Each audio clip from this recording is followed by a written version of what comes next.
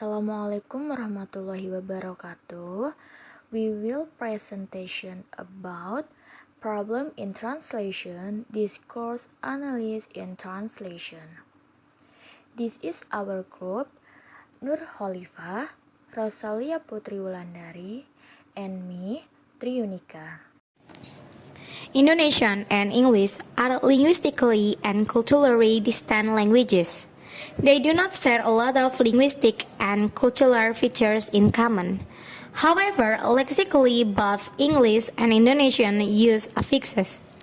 Their grammar is expressed through synthetic words, word order, and suprasegmental units, stress, rhythm, and intonation.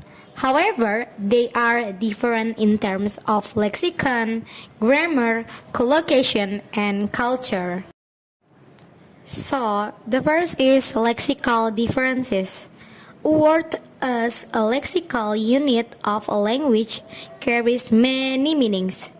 The lexical meanings of a word not one to one.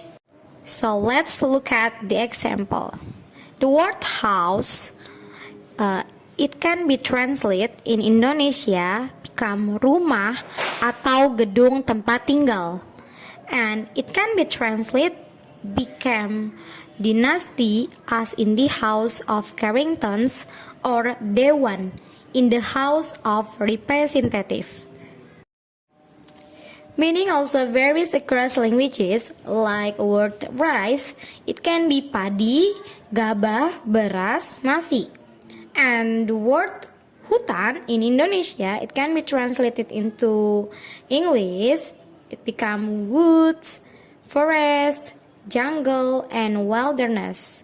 And note, translators must be aware of meaning variations across languages.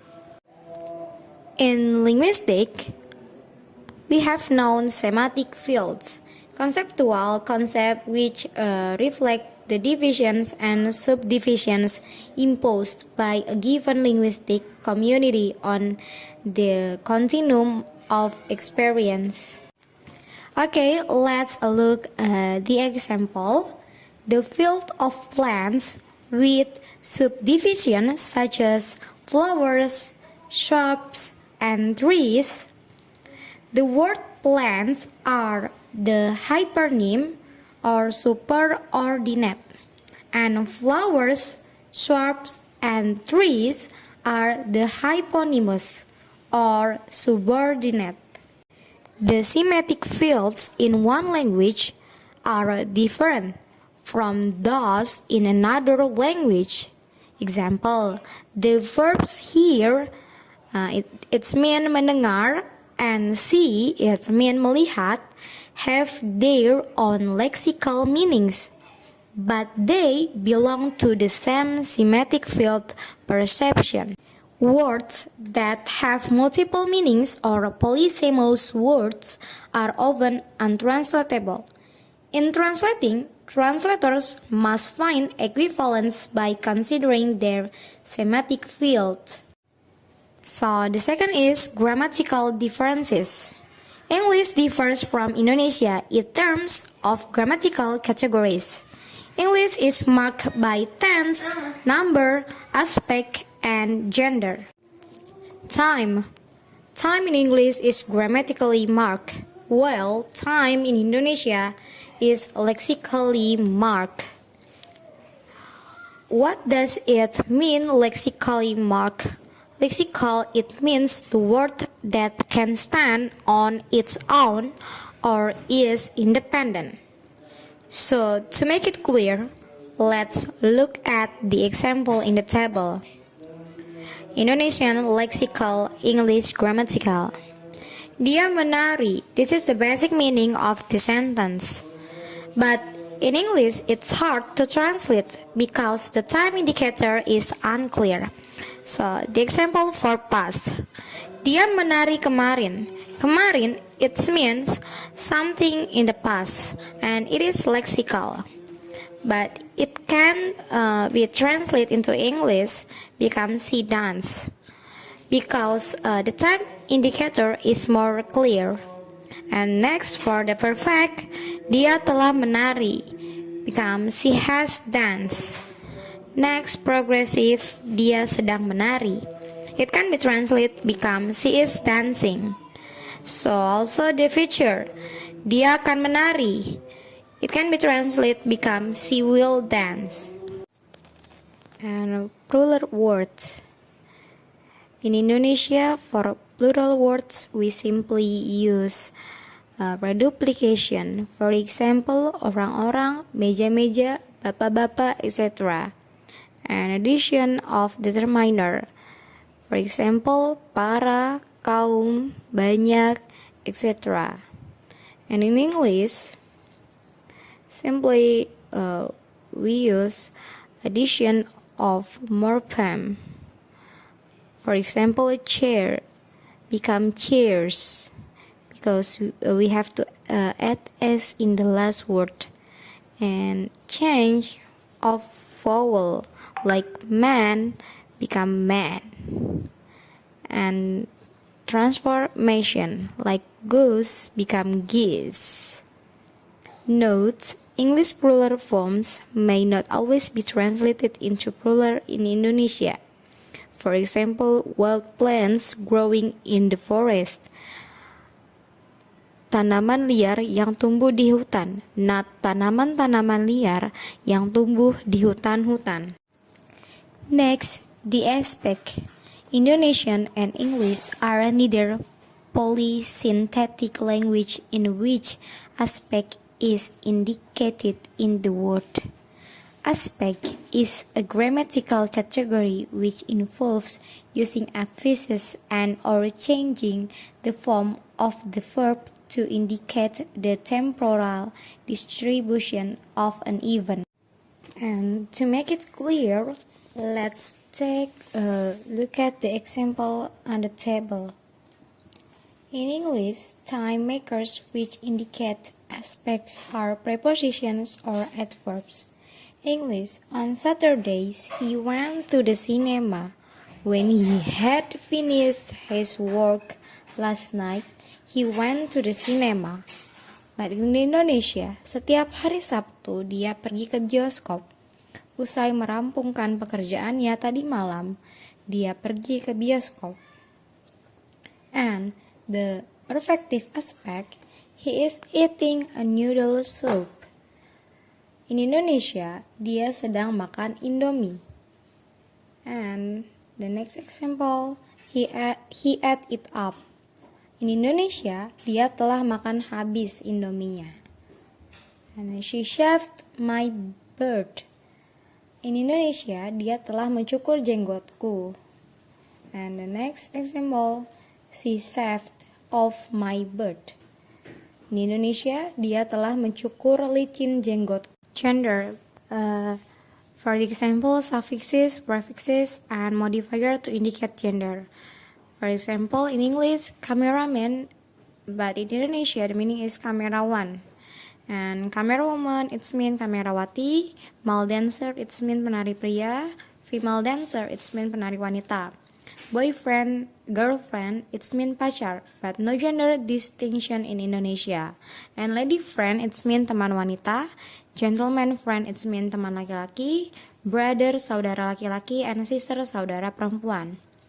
And then there is zero, ness, and a. For example, good, goodness, it's mean Dewa Dewi, steward, stewardness, pramugara, pramugari, hair, hairness, become ahli waris, laki-laki, ahli waris perempuan. And this is the example zero in. Hero become heroine, it's mean pahlawan pria or pahlawan wanita. Less or aviator, aviatrix, it's mean pria wanita. What is collocation? Collocation means the tendency of certain words to occur regularly in a given language. The co-occurrence tendency is related to their propositional meanings.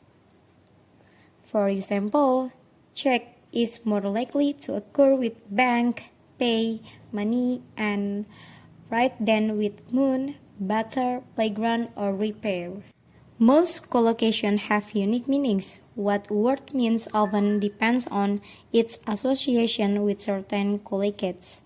When trying to translate the meaning of a word in isolation, we tend to contextualize it in most typical collocation. The meaning of the isolated word depends largely on its pattern of collocation. For example, dry bread, dry sound, dry voice, dry country, and dry humor. Problem in translating collocation. First, the engrossing effect of search text patterning. Translators sometimes may get engrossed in the search text and may produce the oddest collocation in the target language for no justifiable reason. The second is misinterpreting the meaning of a C language collocation. A translator senselessly misinterprets a collocation in the search text due to interference from his or her native language. And the third, the tension between accuracy and naturalness. And the fourth, culture-specific collocation. This is the example. There are various kinds of collocation scenes from the combination of nouns, verb, adjective, adverbs, and preposition that make them up. Some of which are: the first is noun plus noun. This is the example, cup of tea. For example, can I have a cup of tea? It's mean, bisakah saya meminta secangkir teh? And the second, noun plus verbs. The example, sunrise, from the word sun and rises. For example, the sentence, the sun rises in the east. It's mean matahari terbit dari timur. And the third, verb plus noun. Do the dishes. So the sentence is, I do the dishes every morning. It means saya mencuci piring setiap pagi. And the fourth, verb plus adverb. From the word speak and loudly. For example, you need to speak loudly to stop the riot. It means kamu harus bersuara dengan lantang untuk menghentikan kerusuhan. And there is verb plus preposition from the word depend and on. For example, Jill always depends on her parents. And the sixth, adjective plus noun from the word bad and luck. Lydia had bad luck yesterday. And the seventh, adjective. Adjective plus preposition from the word afraid and of. For example, my little brother is afraid of cats. And the last, adverb plus adjective from the word incredibly and smart. For example, she is incredibly smart. You can also learn various collocations that are from one particular word. For example, ask. For example, ask permission, ask for advice, ask for question, etc. From the word take, become take a break, take an exam, take time, and etc. From the word bake, become make an appointment, make a noise, make money, and etc. From the word do, become do the homework, do your best, do your hair, etc. From the word have, become have a drink, have a good time, have a haircut, etc. And from the word keep in touch, keep in quiet, keep a secret, etc. And last, from the word time, become leisure time, free time, spend time, and etc. Cultural differences. Cultural differences refers to differences of worldview which are reflected in the language. Idioms are frozen patterns of language which allow little or no variation in form and often carry meanings which cannot be deduced from their individual components. The main problem that idiomatic and fixed expressions pose in translation relate to two main areas: the ability to recognize and interpret an idiom correctly. Two cases of misinterpretation. First, some idioms are misleading. They seem transparent because they offer a reasonable literal interpretation, and their idiomatic meanings are not necessarily signaled in the surrounding text. Example: go out with, have a romantic or sexual relation with someone, and take someone for a ride, deceive someone in some way. A translator who isn't familiar with the idiom in question may easily accept the literal interpretation and miss the play on idiom. Second, an idiom in the search language may have a very close counterpart idiom in the target language which looks similar on the surface but has a totally or partially different meaning. For example, the idiomatic question, "Has the cat got your tongue?" is used to urge someone to answer a question or to contribute to a conversation. Indonesian, apakah lidahmu keluh?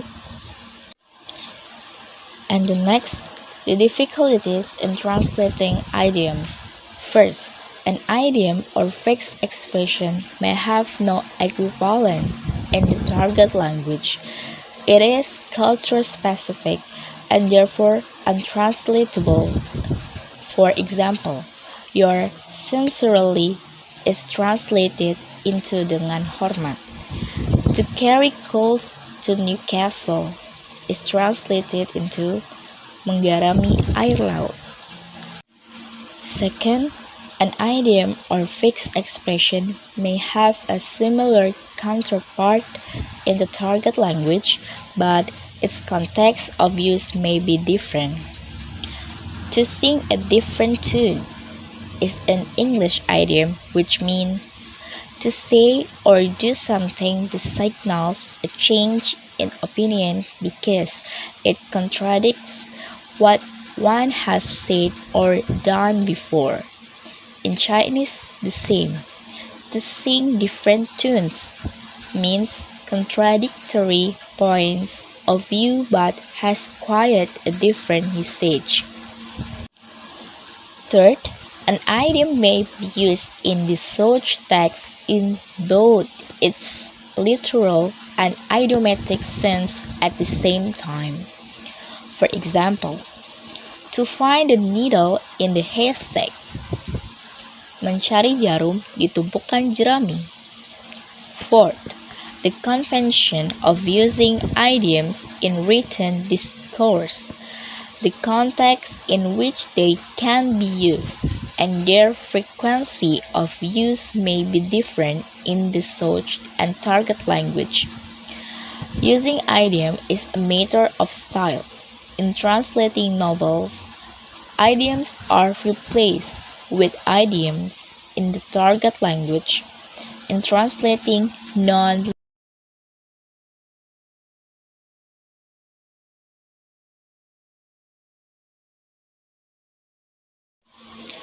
There are different types of idioms. First, lexemic idioms. Verbal, get away, go on. Noun, hot dog. Adjective, salt and pepper. Adverbial, like a breeze. Second, idiomatic pairs. Peace and quiet, safe and sound, on and off, up and down, read and weep, etc. Phraseological idioms: to kick the bucket, to be couched between the devil and the deep blue sea, to be. Fourth, proverbial idioms: don't count your chicken before they hatch. Don't wash your dirty linen in public. The early bird catches the worm, and etc. Fifth, one-word idioms. First, lemon, yellow, chicken, loony, jerk, hip, lousy, and etc. So, how to translate idioms? Either from English to Indonesia or the other way around. All idioms have underlying meaning, so they can be interpreted literally. Even when using seemingly common phrases, we may think we are saying one thing, but another person who is unfamiliar with the language might think we are saying something else. For this reason, when idioms are translated word for word from the language to another, they often don't make sense. Therefore, in translation, if we want people to understand the meaning of the original idiom in the search language, we have to find an accurate way to state the meaning of the idiom in the target language. According to Larson 1984, there are four main language characteristics which may affect translation. First, the meaning components are put into lexical items, but every language associates them differently. The translator must translate the word in the search language into several words in order to make the meaning clear. Second, the same meaning component can appear in different surface forms of words. For example, give, menyumbang, memberi, mengucapkan, etc., depending on the context. And the next, third, sometimes we find that a word can have several other meaning representatives.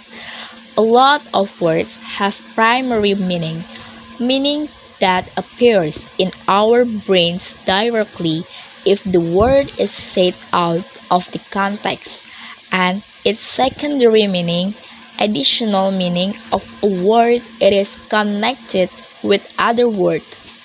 For example, deep, dalam, river, deep, nyenyak, sleep. And fourth, a single meaning component can be expressed in various forms. For example, is the seat taken? Is there anyone sitting here? And etc. And the next, collocation. Collocation is concerned with how words occur together. For instance, which words may occur in construction with which other words. Knowing which words go together is an important part of understanding the meaning of the text and translating it well. Sometimes we must translate collections into different words which are combined to indicate the same meaning. For example, take medicine is minum obat instead of ambil obat. Jenazah orang itu instead of bangkai orang or bangkai burung merpati instead of jenazah burung itu. Sekelompok pejabat and segerombolan penjahat instead of segerombolan pejabat and sekelompok penjahat.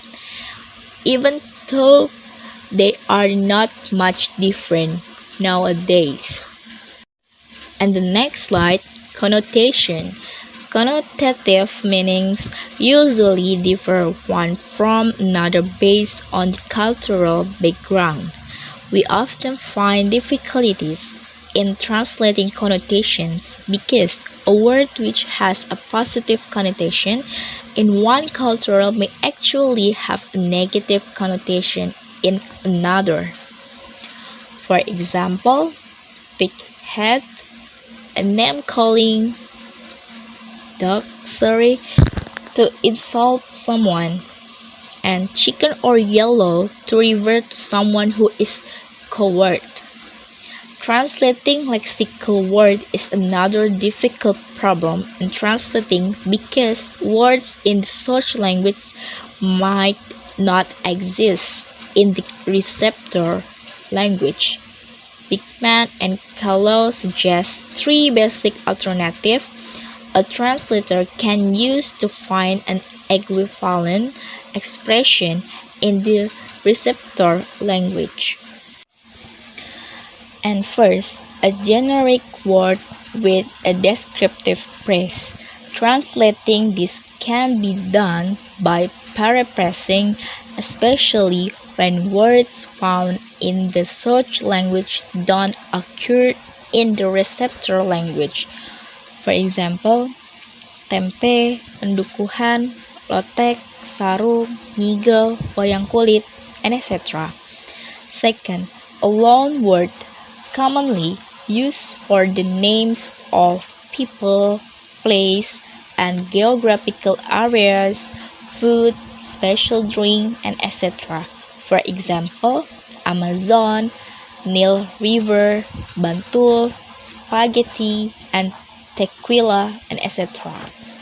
Third, a cultural substitute. When a translator translates the word for something or even which is not exactly the same but occurs in the receptor language. For example, parrot fashion is not pameran busana burung kakatua but membebek.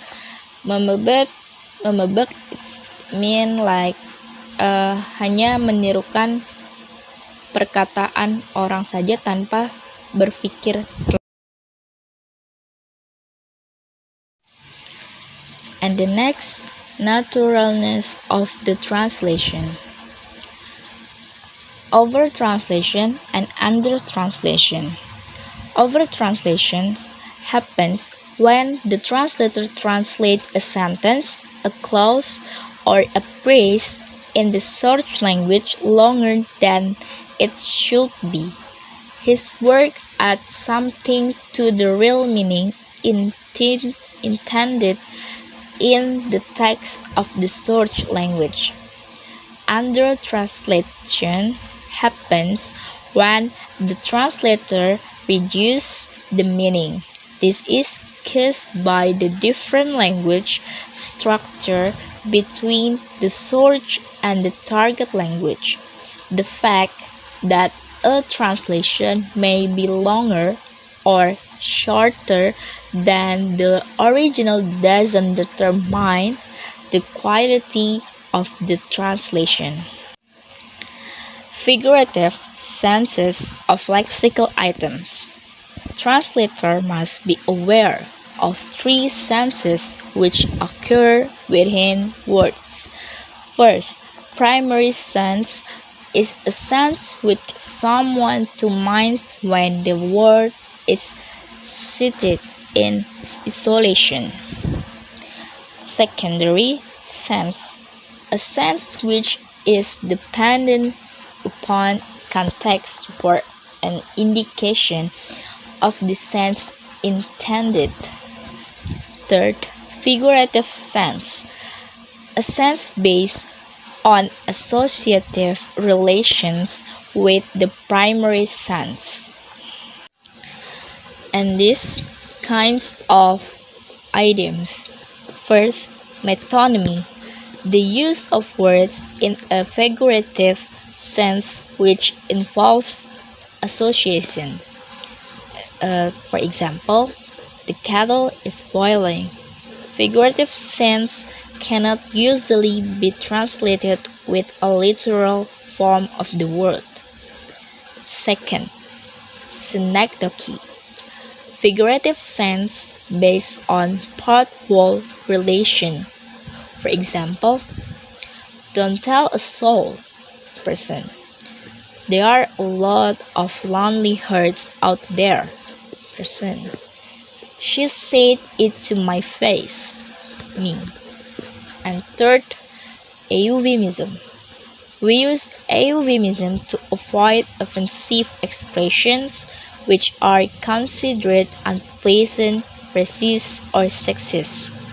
Euphemism is usually used for expressions in the area of sex, death, and supernatural.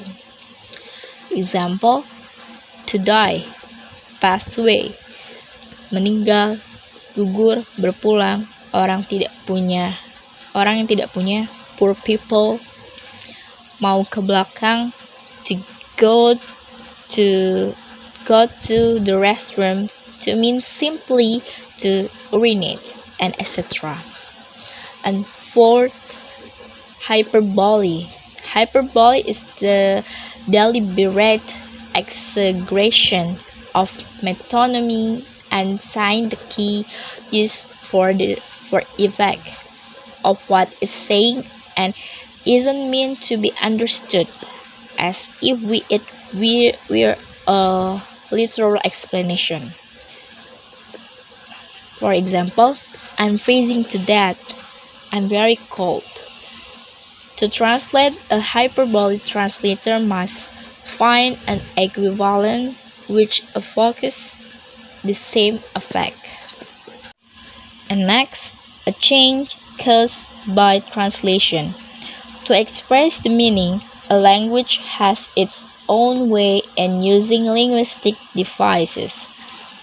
Example, plural, duplications, reduplications. Kids, anak-anak. He or she, dia. Passive sentence in bahasa Indonesia may change into active sentence in English, etc. The change may not only cover textual language but also cover semantic and cultural adjustment. Culture and translation. Culture and translation, the relationship between language and culture that can be found in a translation text need to be well understood by translator, because translation is not only a matter of translearning one language into another but also the culture.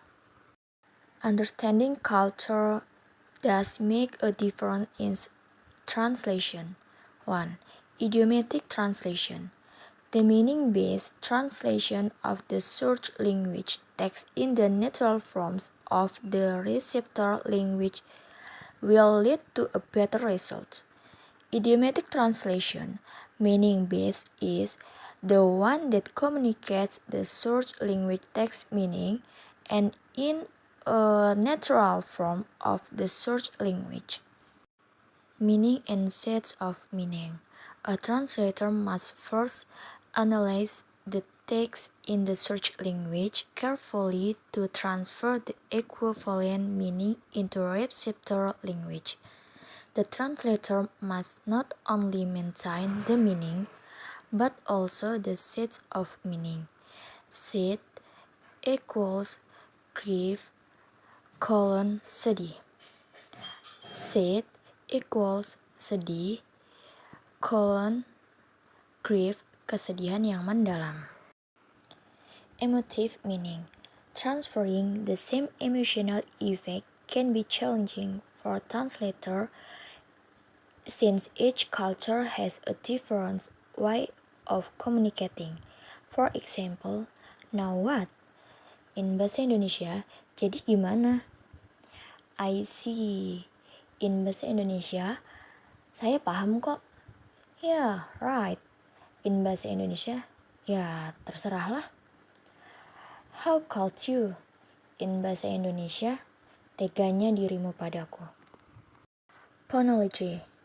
In translation, we may find phonological devices such as intonation patterns, stress or certain word, a change in tone, etc.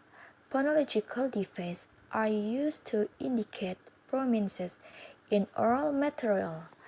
The translator should identify the prominences in the search language first, and then find the same device in the receptor language which indicates unity and prominence. Strategies in translating idiom. Using an idiom of similar meaning and form. This strategy involves using an idiom in the target language which conveys totally and same meaning as that of the search language idiom, and in addition consists of equivalent lexical items. For example, to find the needle in the haystack, mencari jarum di tumpukan jerami. 2. Using idiom of similar meaning but the similar form. For example, like father, like son. Buah tidak jatuh jauh dari pohonnya. 3. Translation by paraphrase is done when a mate cannot be found in the target language or when it seems that inappropriate to use idiomatic language in the target text because of difference in stylistic paraphrase of the search and target language. For example, don't count your chicken before they are hatched. Next, 4. Translation by omission is done when the idiom has no match in the target language. Its meaning cannot be easily paraphrased or for stylistic reason. It is omitted when the omission does not affect comprehensibility. 5. Strategy of composition means that one may either omit or play down a feature such as idiomaticity at the point where it occurs in the search text and introduce it elsewhere in the target language. For example, English puns in Asterix comic.